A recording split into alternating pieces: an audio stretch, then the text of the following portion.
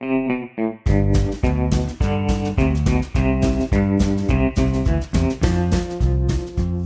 and welcome to the podcast. This is Ron's Amazing Stories, where we play tales to take you away from today. New music? Well, not to worry. This tune is by our friend Kevin MacLeod and is here to represent the show content. Today, it's all about the Old West, more specifically, the good, the bad, and the ugly.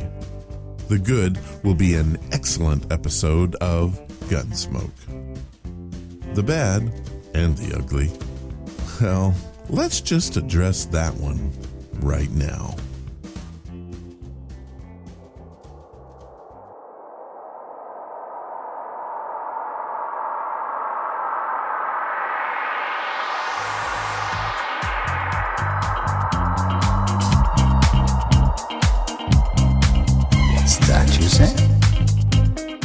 I say it's time to make fun and have some fun.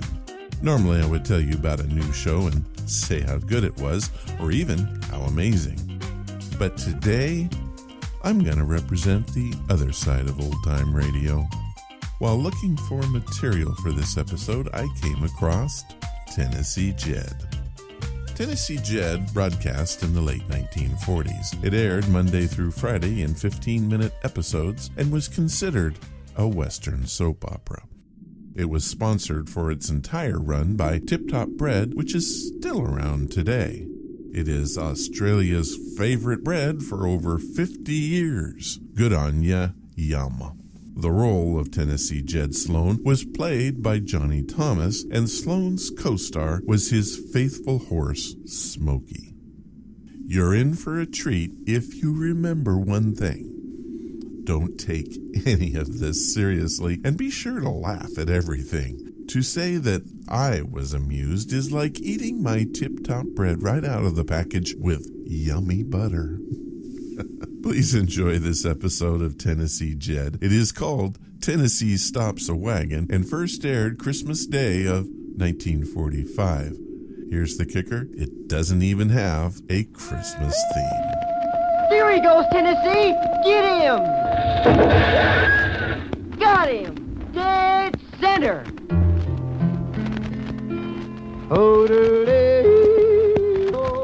That's Jed Sloan, Tennessee Jed. Deadliest man with a rifle ever to ride the Western Plains. Brought to you every day, Monday through Friday, by the bakers of enriched tip-top bread. During the capture of the big black mare as a fitting mate for his great horse Smokey, Tennessee overhears a nefarious plot to overthrow the United States government by renewing the war between the states. He decides ample reinforcements are needed to avert national disaster and determines to unleash the forces of law and order by enlisting the aid of Sonora's new sheriff, the former six-gun deputy. Accompanied by young Rod Roberts, Tennessee goes to saddle Smokey. Tennessee, I figure you're heading for Sonora and palaver with the six-gun deputy. You're forgetting, son. The six-gun deputy is now Sonora's new sheriff, having replaced Mortimer Jackson. Yeah, but it's going to take quite a spell to get used to calling him anything besides deputy. Well, no matter what we calls him, I figure it's high time he's wised up on this here plan of starting war between the states all over again. You know, Tennessee, more you think about it, more likely it seems them no-goods we heard plotting on Dead Man's Plateau can do it. Does for a fact, son. There's a heap of unrest in Texas these here days. Yeah, Tennessee. When General Kirby Smith surrendered to federal forces, lots of his Confederate boys figured they should have kept on fighting. You're naming it straight, son. But that's all over, Tennessee. Texas is back in the Union. And war between the states is a closed book. Not to no-goods what's hungry for power, son. What you mean by that, Tennessee? You see, Rod boy, there's always unrest, if a body wants to stir it up. Even this late, there's enough to make it possible for a bunch of no-goods to start war between the states all over again. The way you lay it out, Tennessee, it listens like there's a good chance of government in Washington being overthrown. Listen, you can hold it. And best way, I figure, Rod, is turn the forces of law and order loose against them what's plotting against the United States. Meaning your first call is going to be on Sonora's new sheriff? Yeah, son. 'Cause if need be, Sonora's new sheriff can get word straight through to the president. I'd better get Smokey rigged. Smokey's sure gonna cut quite a figure, rigged out in that new saddle, Tennessee. And his rider's gonna feel mighty proud of setting in her, Rod. Easy, Smokey feller. Easy, boy. Won't take you long to get used to your new rigging. There. Oh, look at that, Rod. I know, Tennessee. Saddle skirt fits Smokey's back so snug you don't hardly need to use a girth. Girth? You mean cinch, don't you, Rod? Well, girth and cinch is same things, Tennessee. Only here in Texas, we usually says girth. Size light as you ride, they's hardly needed no matter what you calls them. Anyways, that's quite a saddle, boy. I'm gonna take mighty good care of her. You just take care of yourself, Tennessee. If something happens to keep you from reaching the sheriff in Sonora, plot to overthrow the government just might work. Don't you worry your head about me, Rod boy. I can promise you, I was gonna be mighty cautious till we puts the kibosh on this here plan to start war between the states all over again. You do that, Tennessee, 'cause if anything goes wrong now, United States is a goner. Get up, Smokey boy. Goodbye, Tennessee. Goodbye, Rod. Come on, Smokey feller. Lay him down, boy. Lay him down.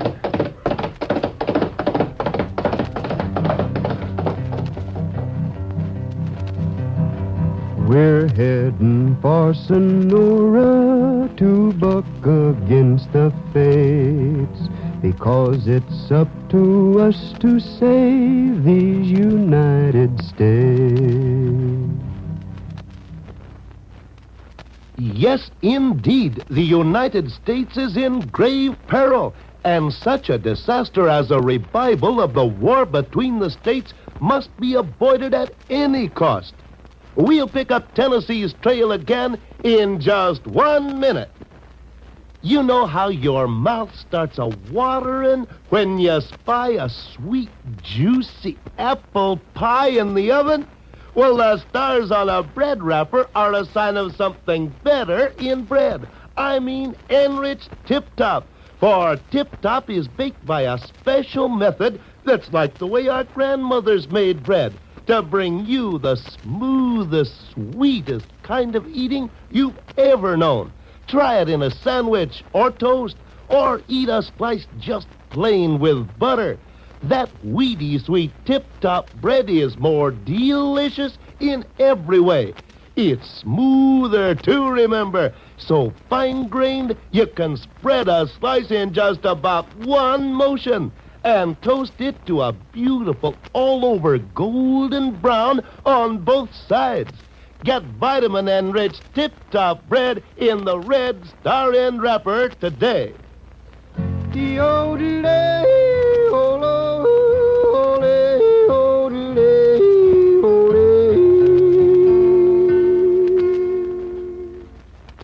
Astride the fleet Smoky, Tennessee races toward Sonora and a conference with the sheriff, which he hopes will avert a renewal of the war between the states. But his attention is drawn to a suspicious-looking wagon coming his way. Up ahead, Smokey feller. There's a heavy-loaded wagon coming this way. There's something about them two fellers in it what I don't like at all. Ease up, feller. Whoa, Smokey. Whoa, boy. Whoa. Whoa. Howdy, gents. You got freight for Circle S? This here look like a freight wagon? Well, now, wagon is resting kind of heavy on the springs, like is moving a heavy load. Stranger, you're a young man with a long life ahead of you. Providing you keep your nose out of other folks' business. Now, just a minute, gents. Cutting across Circle S property is all right, providing the reason for crossing is honest. Drive on, Pharaoh. We got no time for palavering with this Jasper. Get up, horse. Whoa, whoa. I don't like having to cover you gents with my rifle. No, see here, you young whippersnapper. You keep your nose out of what's none of your business. Squint Simpson ain't one to be trifled with. Howdy, Squint. They calls me Tennessee. I got good reason for asking. How come you're driving a wagon team across Circle S land? 'Cause it's a shortcut is why. And since when did wagon tracks harm ranch lands, I want to know? Well, there's no harm from wagon tracks, Squint. Long's what's in the wagon is for honest purposes. What's in the wagon is my business and none of yourn. Drive on, Pharaoh. Pharaoh ain't so anxious to follow orders, Squint, with a rifle covering him. There's something all fire peculiar about this, gents. And I aims to find out what. You got me covered, Tennessee. But I'm warning you, you best put a curb on your curiosity if you expects to die of old age. Pharaoh, when a feller gets squeamish over passing the time of day, that feller ain't likely to be up to no good. What you got loaded in this here wagon? You hard of hearing, are you, Tennessee? You've been told for the third time that it's none of your business. And a wise man would let it go at that. Maybe so, maybe no, Squint. But if and what's under that there tarpaulin is innocent like, how come you set so much store by keeping her covered? 'Cause I hates nosy hombres is why, Tennessee. That answer your question? Sorta, kinda, Squint, but not to my complete What do you think you're satisfaction. Guns and ammunition. Enough for outfitting a small army. And all property of United States government. doing? Now you see, Tennessee. You satisfied? I like a heap of being, Squint. 'Cause I got me a notion these here guns and ammunition was stole from United States government as part of a plan to renew war between the states. These guns and ammunition, I'm pretty confident, were meant for taking over the U.S. government. Is Tennessee right? Has he actually uncovered evidence that Squint and Pharaoh are in on a plot to overthrow the United States government by reviving the war between the states? We'll find out in just 60 seconds. Gang, we're asking you today to round up your own loaf of enriched tip-top bread. Compare it point by point with any other and see for yourself if tip-top isn't today's better bread. It won't take you long. You just get one gander at a slice of tip-top and you'll see tip-top bread is smoother. Mother will say it's like homemade, and that's because every loaf is baked by a special method that's like the way our grandmothers made bread. You spread tip-top bread better, toast it better, and it's more delicious to eat. Enriched tip-top bread stars in food value, too. Gives you 3 B vitamins, protein for muscles, and more energy by the ounce than most meats. Look for the stars on the wrapper for enriched tip-top bread tonight.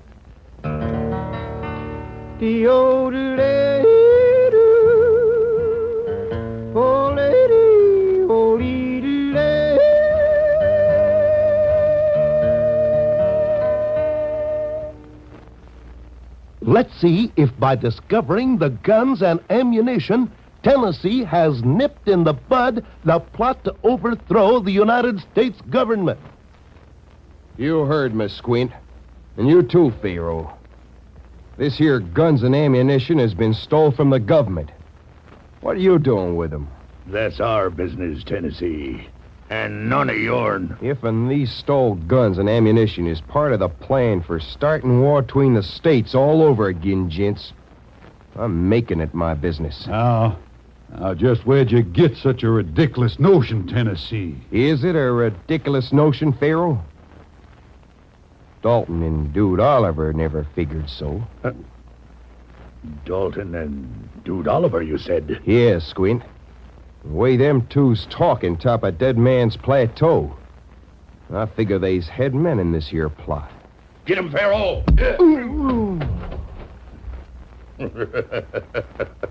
Well, nice work, Pharaoh, nice work. You know, that Tennessee turned just at the right time for your gun butt to connect just right with his skull. Yeah, Squint. This here hombre knows too much. Maybe so it'd be a good idea if and he never comes to. There's plenty of Jaspers like to be in our shoes right now, Pharaoh. Yes, Squint. I'll bet there is.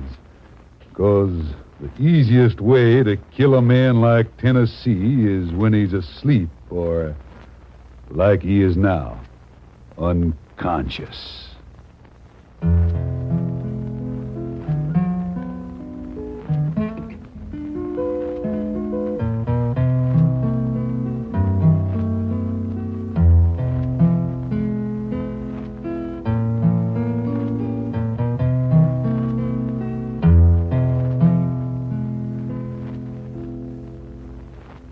How about that, gang? For the first time, Tennessee is unconscious at the mercy of two unprincipled ruffians. This is Layman Cameron, gang, asking you to be sure to listen again tomorrow at this same time to the next exciting chapter in the thrilling adventures of Tennessee Jed. For better sandwiches, let the stars on the wrapper guide you to today's better bread, tip-top bread. Well, if you didn't learn anything, you did get. The easiest way to kill a man is when he's asleep or unconscious. Very funny. Oh, and the bit about capturing the big black mare as a fitting mate for his horse Smokey? You couldn't make this stuff more cheesy if you tried. I hope you enjoyed that silliness. It was different. Only 18 episodes survived of that program, and very few of them finish a story. Still, it is fun to hear something, and it's my hope that they were going for silly. Now, I'll bet you're on the edge of your seats for this one. Did Jed stop another civil war with the states? Well, history says yes.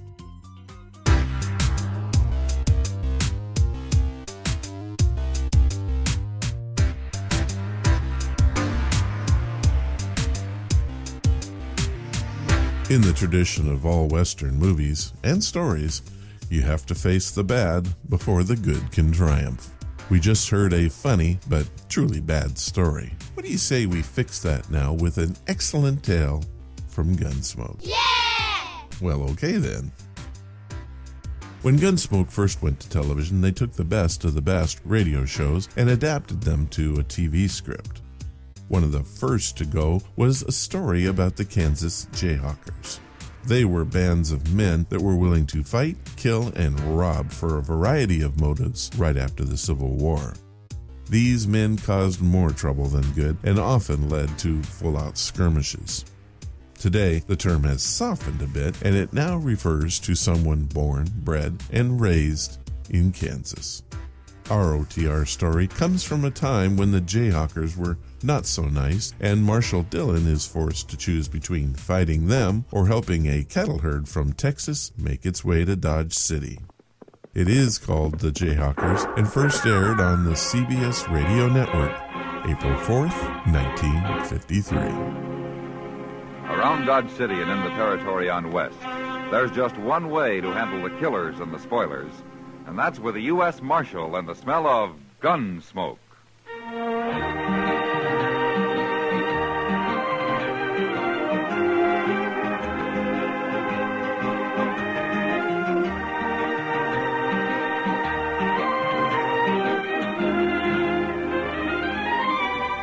Gunsmoke, starring William Conrad. The story of the violence that moved west with young America. The story of a man who moved with it. Matt Dillon, United States Marshal.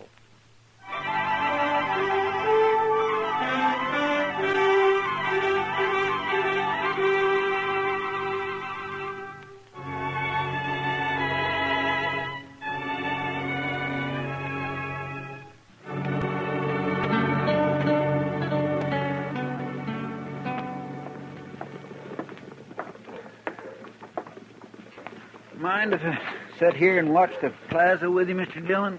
Hmm? Oh, sure. Sit down, Chester. Sit down. I got spring fever, I guess. Yeah, I guess everybody has it. That'll change soon enough. It will? Sure. As soon as the first trail herd hits Dodge. Yeah, I suppose. Them Texas cowboys. Mr. Dillon, they all ought to be hobbled and have one arm tied behind their back all the time they're here. No, I don't know, Chester. They're just troublemakers, sir. They're bad enough at home, but they're worse away from it. Well, there are plenty of bad men who never saw Texas. Yes, and there are darn few Texans who ain't bad. Where'd you say you're from, Chester? Well, Waco. But that don't change my opinion one bit, Mr. Dillon. In fact, it just proves I know what I'm talking about. Yeah, here comes a Texan now, Chester. Look at his rig. Yes, sir, it sure is. Now, what's he doing here? Yeah, looking for somebody to shoot, according to you. Do you know him? No, sir, I don't. But then most everybody I knew in Texas has been hung by now. I'm looking for the U.S. Marshal. You're wearing a star, so maybe you're him. Sit down, stranger. You Matt Dillon? That's my name. All right. I'm Phil Jacks. I'm with a herd of 3,000 San Saba cattle about 5 days' drive from here. Name of the trail boss is Dolph Quince. Dolph Quince? Well, he was up here last year. Give him my regards, will you? You give them to him, Marshal. Well, I'll be glad to.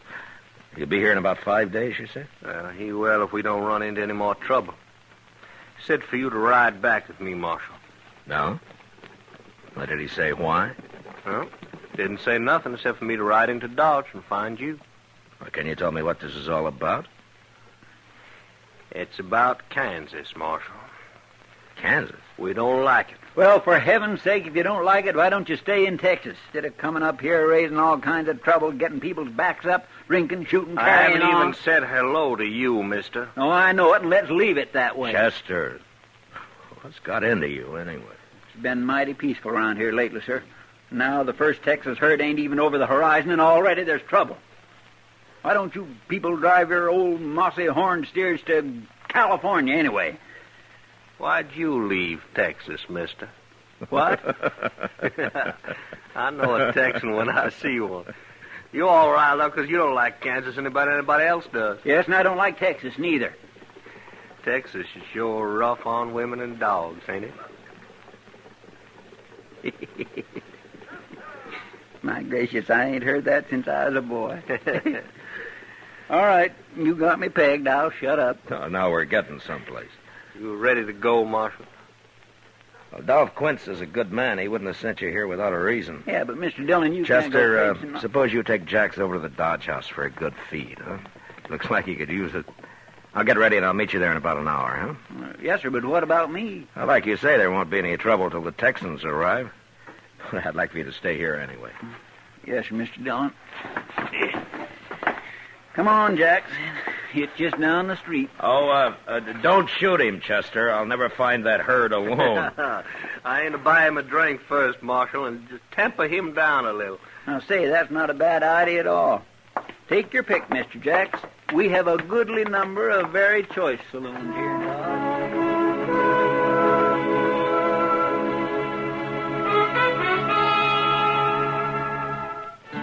I hadn't been out on the prairie for some weeks, and I found its usual monotony broken a little by the freshness of spring, with great patches of green standing out against the natural sunburnt color of last year's grass.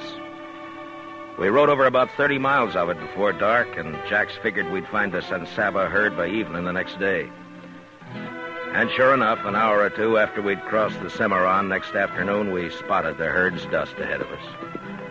We rode up to the chuck wagon just as the cook was hollering for the men to come and get it.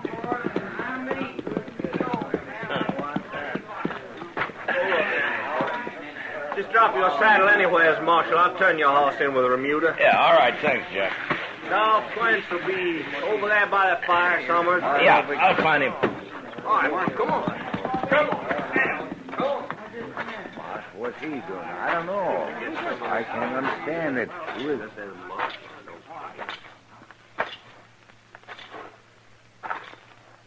Hello, Dolph. How are you, Marshal? There's fresh meat in camp. Ask the cook for a plate. Thank you. Yeah, I'll go with you. I need some more coffee.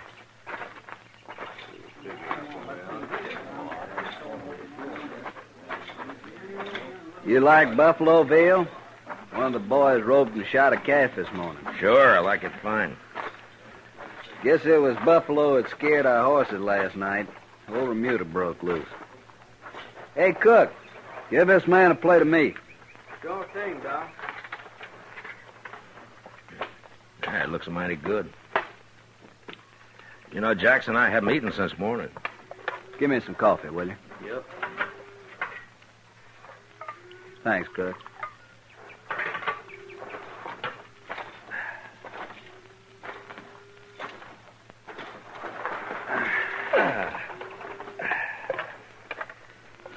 Nesta woman came to the bed ground before daylight this morning. Oh? Yeah, I had a boy with her driving a wagon. Asked if we had any little calves that had been dropped during the night. Well, she probably picks up calves from all the herds that pass this way, huh? Yeah, we'd have to get rid of them anyway, so I let her have them. Even if she was a Kansan. Oh? Where was her husband? Dead, according to the boy. Oh, I see. You know, if there'd been a Kansas man asked for calves, I don't think I could have talked these boys into allowing it. Oh, is that so? It sure is, Marshal. Say, you got any tobacco? Mine's a mite dry. Oh, yeah, sure. No. There you are. Here. Fix yourself a smoke. Thanks, Marshal. Tell me, Dolph, have you seen any Kansas Jayhawkers on the way up?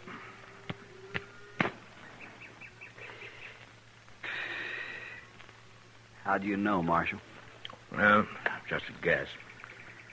2 nights ago, some of them Jayhawkers managed to sneak up on Snyder over there when he was out on guard.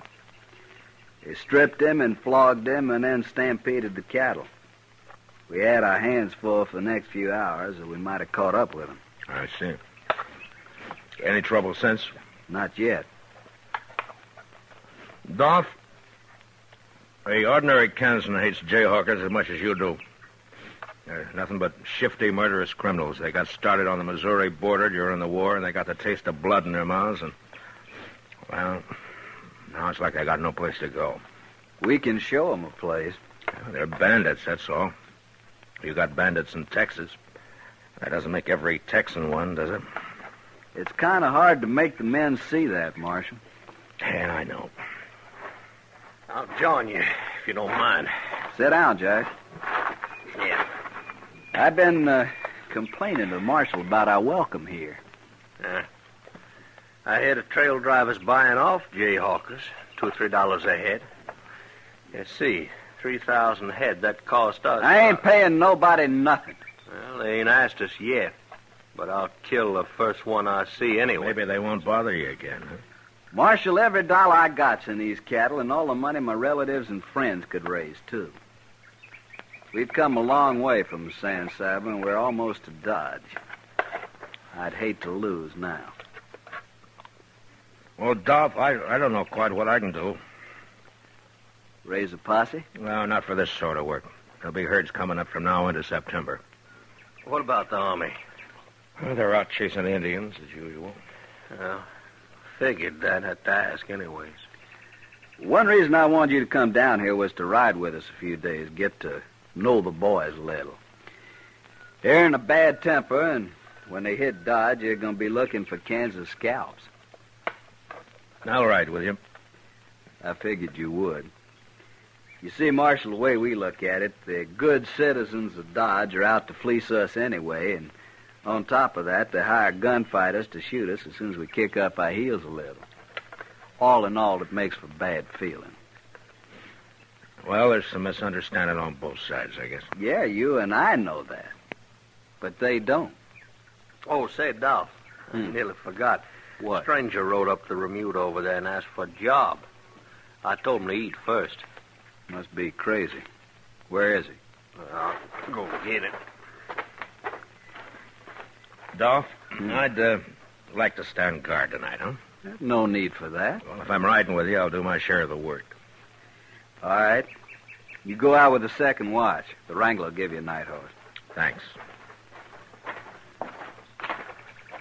Here he is, Dolph. This here's Dolph Quince, trail boss. Mr. Quince. Quince'll do. Well, my name's Studer. Carl Studer. You lost? I don't know what you mean. Well, do you know we're only 4 days' drive out of Dodge? I was wondering if you could use a hand. For 4 days? That'd help. You must be awful hungry. I thought maybe you'd be driving past Dodge. Well, I'm not. We'll feed you from here to Dodge if you work. I won't pay you anything, though. I haven't got the money, and I don't need a hand anyway. Thank you. Hey, by the way, where are you from? Colorado? And you ain't a Kansan? No. Good.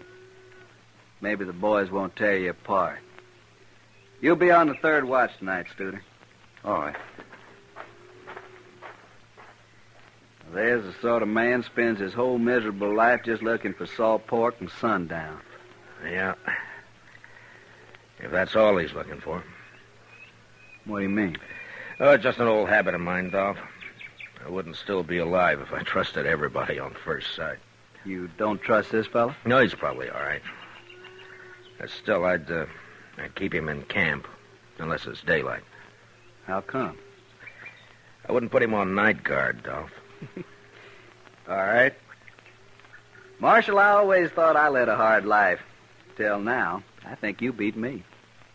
Well, I got shot at more than you, that's all. Maybe that's it. You better stretch out somewhere. You'll be out singing to those cow brutes in 2 hours. Yeah. Well, I'll see you later, Dolph.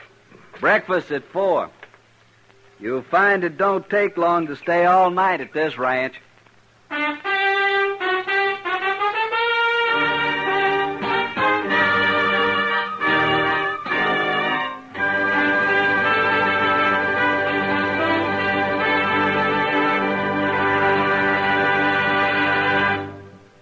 We will return for the second act of Gunsmoke in just a moment. But first, right now, our country is engaged in an all-out effort to fight aggression and preserve our democratic freedom. The future of America concerns us all. That's why we should all help to make that future as bright as possible. By buying United States savings bonds, you can help make American freedom secure, and at the same time, you'll be automatically saving for your own financial security. Buy an extra bond for your future and Uncle Sam's. Now the second act of Gunsmoke.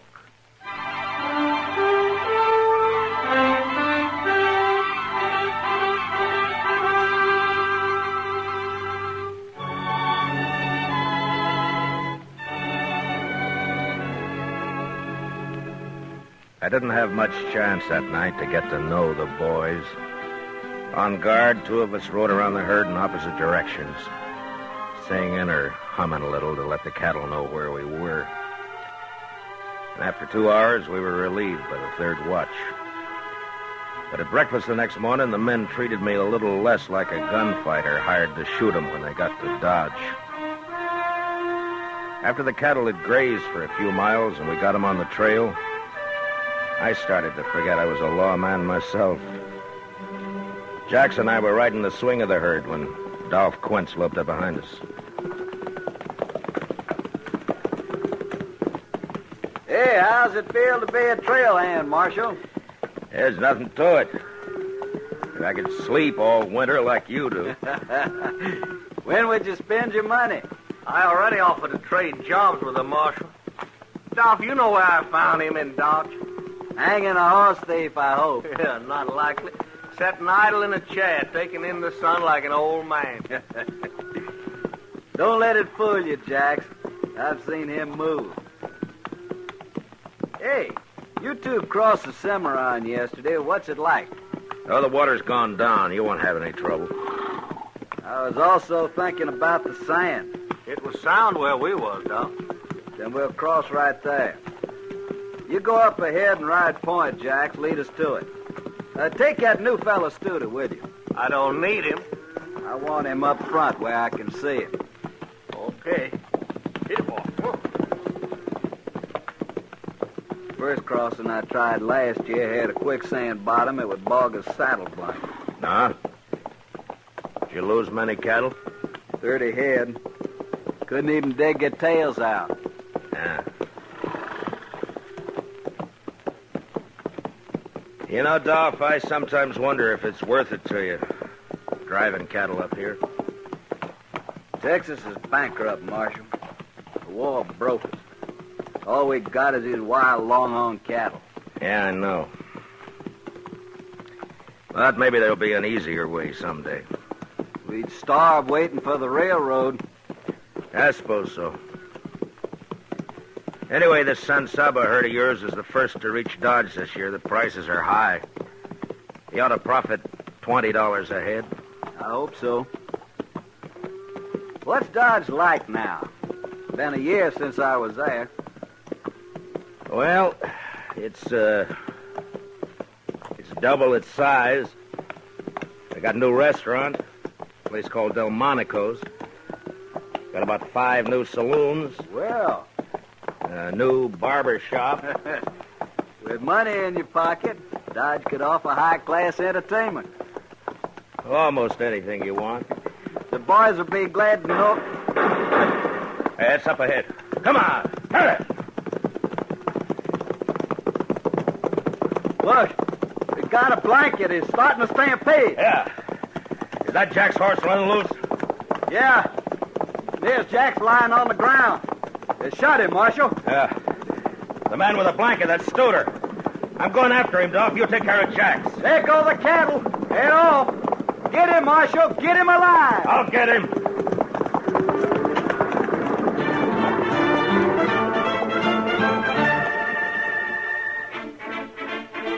As I followed Studer, a few shots whipped past my head, but they didn't come from him. They came from behind a small rise he was headed for. Whoever was shooting was still too far away from me to worry about. I wanted to take care of Studer first. And slowly the distance between us closed. I pulled my rifle out of the boot and I snapped one off at him. He threw up his hands and pitched forward out of the saddle. I glanced at him as I rode past and crossed him off as one Jayhawker less. When I reached the rise, I jumped off my horse and ran up it on foot. Near the top, I got down and I crawled. When I poked my head over, there was only one man in sight. The other Jayhawkers, if there'd been any, had disappeared. This one was afoot, and he was running for his horse. I took my time and put a shot into the cantle of his saddle, and the horse bolted. And the man dropped behind a rock and lay there. He was only half covered, so I stood up. And a step at a time started toward him down the hill.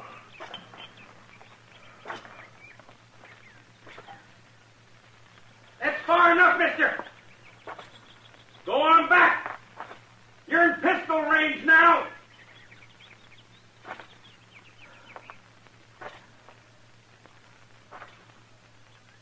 Stand right there, you. All right, fella. Put down and come forward. All I want's a horse, and I'll get out of here. We won't bother you no more. You sure won't. Just let me on a horse. Now listen to me. I'm a United States Marshal. You give up and I promise there'll be no lynching. You'll get a fair trial. No. If you don't give up, you're going to die. Right where you are.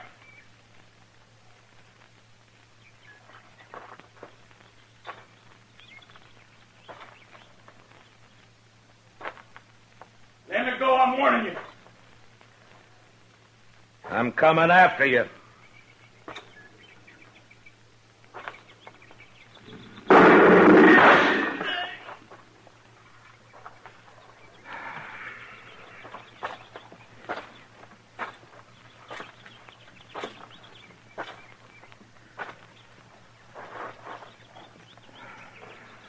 You just had to try it, didn't you?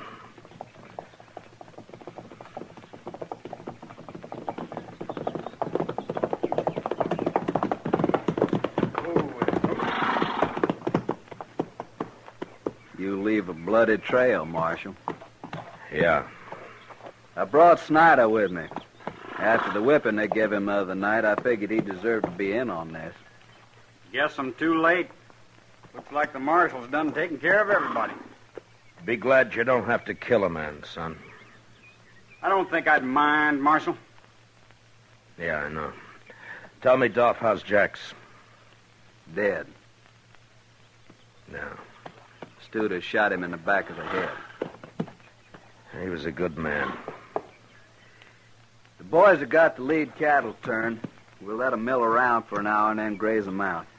Good. I left my horse over the rise there, Snyder. Would you get him for me, please?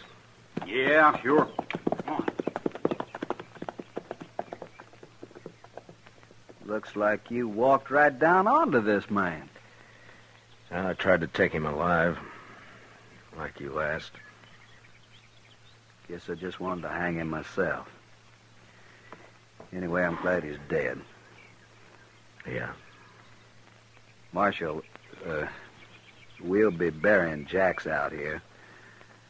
I'm wondering if you might know how to do it. Maybe a prayer or something.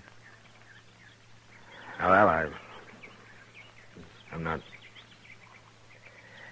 Yeah, I'll try, Dolph. Let's get back in.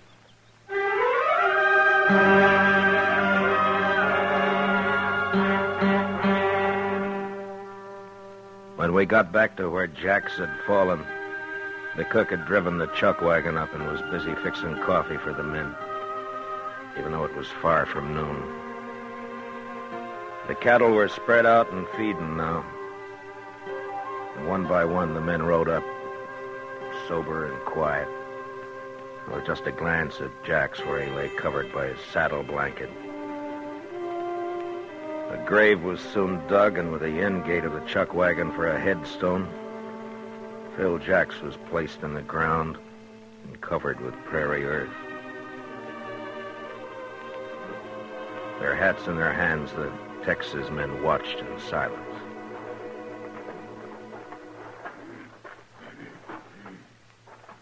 If you will, Marshal, we're ready now. Yeah.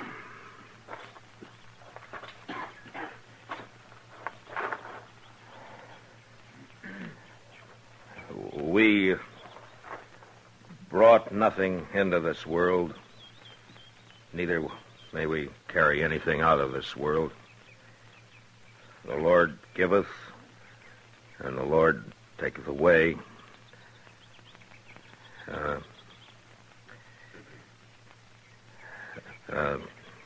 Even as it pleaseth the Lord. Yeah. Even as it pleaseth the Lord, so cometh things to pass. Blessed be the name of the Lord. Amen. Amen. Oh, Snyder? Yeah. I want you to do something for me, if you will. What? Well, I smuggled a quart of wagon yard whiskey out of Dodge when I came down here. The cook's got it hid in the chuck wagon. Well, now, Marshal... It's not much, but it'll cut the alkali in your drinking water. Why don't you get it and pass it out to the men, huh? Mighty decent of you, Marshal. All as wants a drink of the Marshal's whiskey, get on over to the chuck wagon. There's times when a drink's good for a man's soul, Marshal. I guess this is one of them. I think Jax would approve. He sure would. By the way, Marshal, the boys all know how you handle them Jayhawkers. Oh? It ain't changed their mind about Kansas much, but Maybe they think a little more highly of the law around here. Of the kind of gunfighter hired by the law, anyway. That's good. Of course, it don't mean they won't hoorah Dodge a little when we get there. I expect that. Sure. Come on. We got a drink coming out of that bottle, too.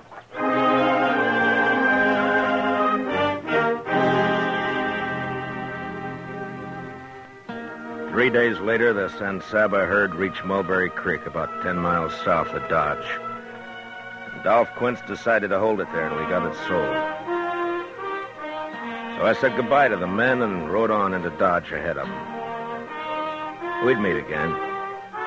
In the plaza, at the Texas Trail, at the Alafraganza. And I was sure of one thing. Short of gunplay, that particular bunch of Texas cowboys were going to be allowed to hoorah Dodge unmolested.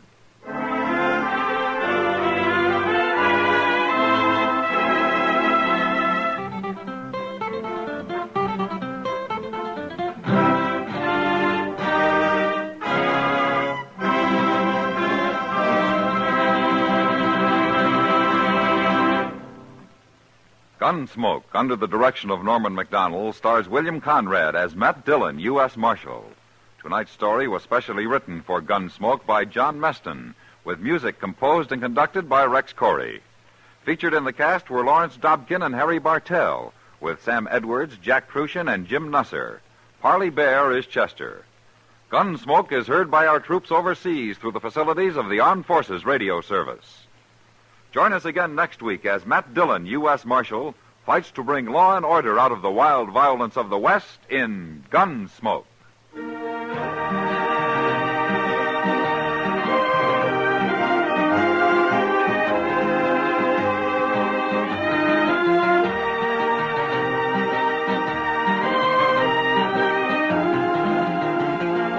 America's 45 million radio families listens most to the CBS Radio Network. Great story. Did you notice that they threw in a few historical facts here and there? That was the writer's, John Meston's, doing. He wanted to make the shows as historically accurate as he could. This is what set Gunsmoke apart from other radio westerns of the time.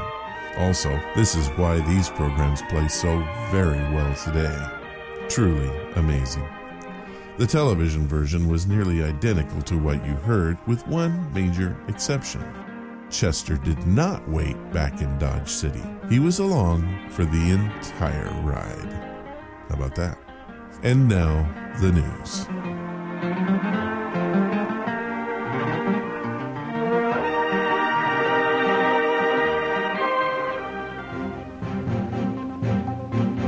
On this edition of Ron's Amazing Stories, I want to update you on a few things and ask for your help. So, let's get started. To the podcast radio listeners. With all things come change, and that's what's happening to the radio version of the podcast. We have moved from Fridays to Saturday evenings. Now you can listen to Ron's Amazing Stories at 6 p.m. Eastern every Saturday evening. I hope you like the new time slot. We're pretty excited about it here. The Horror Express. The Horror Express has a brand new homepage with its very own contact form. Head to the new page at ronsamazingstories.com/Horror Express or just Google the Horror Express podcast. Ron needs your help. Okay, I'm thinking about closing the WordPress site. My service provider is not very good and appears to be becoming more unreliable. To step up to a better service could cost me up to $30 per month per site, and I have to support 5 of them. I just can't afford that. Nothing would change for the podcast because it has a separate provider. The WordPress page is not connected to it all, and it really just provides links to all the other services like the podcast player and the blog. What this would mean is that the landing page for Ron's Amazing Stories would all likelihood become Google Plus or Facebook. Also, the URL, ronsamazingstories.com, would continue to work. It just wouldn't go to WordPress anymore. My question to you guys is, would you miss the webpage? Would it affect you in some way? Please tweet me at RAS Podcast or email me at ronsamazingstories@gmail.com. I really want to hear from you on this one. I need your help.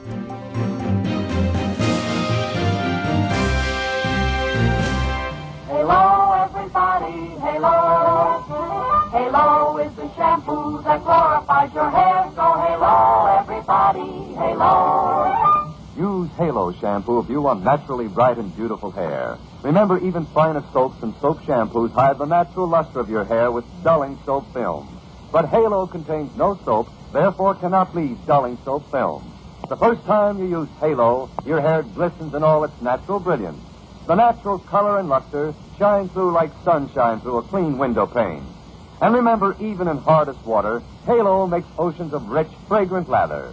Halo quickly carries away loose dandruff and grease, needs no lemon or vinegar rinse, because Halo leaves no dulling soap film, nothing to hide your hair's natural beauty. Say hello to Halo and goodbye to dulling soap film. Use Halo on your children's hair, too. Get Halo shampoo at any cosmetic counter. Remember, Halo glorifies your hair. So halo, everybody, halo. Halo shampoo, halo.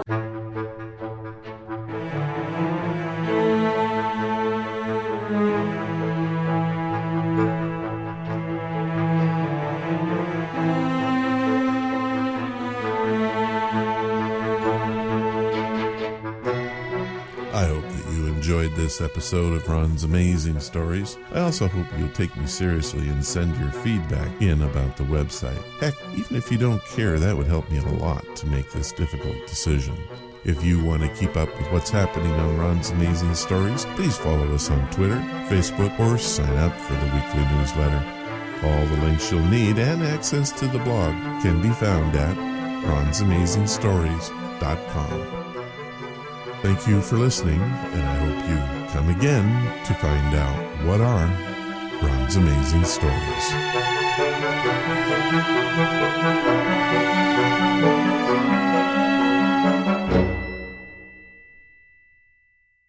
All of the vintage audio used in the podcast is believed to be in the public domain.